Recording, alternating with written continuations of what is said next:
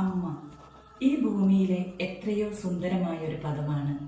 എനിക്കുമുണ്ട് ഒരു കൂട്ടിനൊരു പരിശുദ്ധ അമ്മ. അമ്മയെ എൻ്റെ സ്വന്തം അമ്മയായി എങ്ങനെയാണ് സ്വീകരിച്ചതെന്ന് നിങ്ങൾക്കും അറിയണ്ടേ.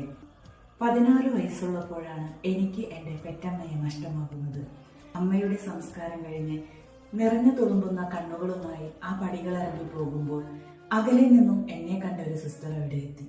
എന്നോട് പറഞ്ഞു, മോളെ സാരമില്ല കേട്ടോ. ഈ വേട് ഞാൻ കുറെ പ്രാവശ്യം കേട്ടിട്ടുള്ളതാണ്. മോളെ സാരമില്ല. നിറഞ്ഞ കണ്ണുകളുമായി ആ സിസ്റ്ററെ നോക്കുമ്പോൾ എൻ്റെ ഉള്ളിലും ഒരുപാട് ക്വസ്റ്റ്യൻസ് ഉണ്ടായിരുന്നു. ഇനി എങ്ങനെ എൻ്റെ ജീവിതം മുന്നോട്ട്, അമ്മയില്ലാത്തൊരു ജീവിതം.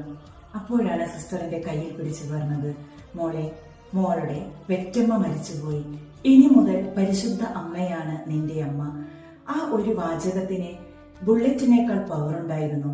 എന്റെ കാതുകളിൽ അത് തറഞ്ഞപ്പോൾ അന്നു മുതൽ പരിശുദ്ധ അമ്മയെ എന്റെ സ്വന്തം അമ്മയായി ഞാൻ ജീവിതത്തിൽ സ്വീകരിച്ചു.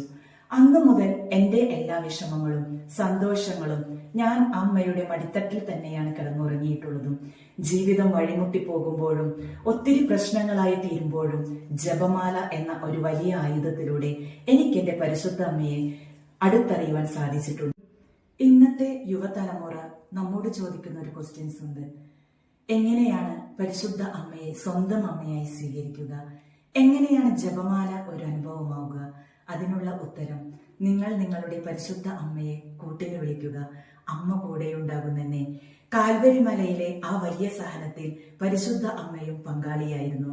തന്റെ തിരുക്കുമാരന്റെ പീഡാസഹന വേളയിൽ അമ്മ പറയുന്നുണ്ട്, മകനെ, ഞാൻ നിന്റെ കൂടെയുണ്ട്. My son, I am here.